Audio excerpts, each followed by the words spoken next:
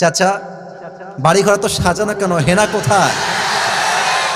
আসসালামু আলাইকুম, hello viewers, সকলে কেমন আছেন? আশা করি সবাই অনেক ভালো আছেন। তো আজকের ভিডিওটা যে বিষয় নিয়ে বাংলাদেশে বর্তমান ভাইরাল টপিক হইতেছে চাচা হেনা কোথায়। তো চাচা হেনা কোথায় এই বিষয়টা নিয়ে আবরারুল হক আসিফ হুজুর কি বললেন, চলুন আমরা ওনার মুখ থেকে শুনি। চাচা, বাড়ি ঘর তো সাজানো কেন, হেনা কোথায়? একদিন সময় আসবে তোমার জীবনে, হয়তো তুমি এসে বলবা, চাচা, বাড়ি ঘর তো সাজানো কেন, হেনা কোথায়?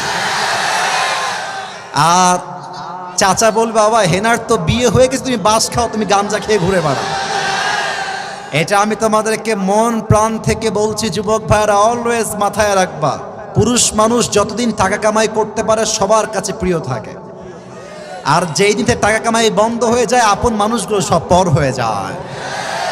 টাকা কামাই করো হালাল ভাবে, অনেক বেশি ব্যবসা করো, চাকরি করো, উদ্যোগ নাও, প্রতিষ্ঠিত হও জীবনে। যদি মায়ের কাছে সেরা সন্তান হতে চাও, যদি বাবার কাছে সেরা সন্তান হতে চাও, যদি তুমি তোমার স্ত্রীর কাছে সেরা স্বামী হতে চাও, যদি তুমি তোমার সন্তানের কাছে সবচেয়ে প্রিয় বাবা হতে চাও, তুমি যদি বোনের কাছে সবচেয়ে প্রিয় ভাই হতে চাও, টাকা কামাই করা ছাড়া কোনো গতি নাই। যুবক ভাইরা, বলো বলো বলো।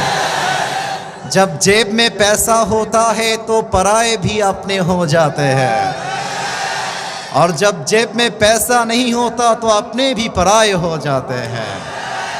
পকেট ভর্তি টাকা থাকলে ভালোবাসার মানুষের কোনো অভাব হয় না বাংলাদেশে, আর পকেট খালি হয়ে গেলে ঘরের আপন বউটাও পর হয়ে যায়।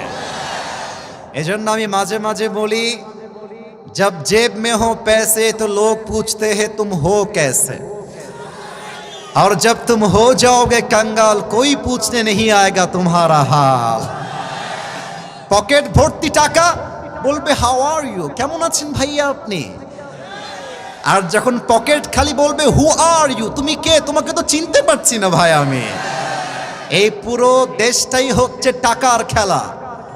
এই টাকার জন্য হাজার হাজার যুবক তার পছন্দের মেয়েকে বাংলাদেশে বিয়ে করতে পারে।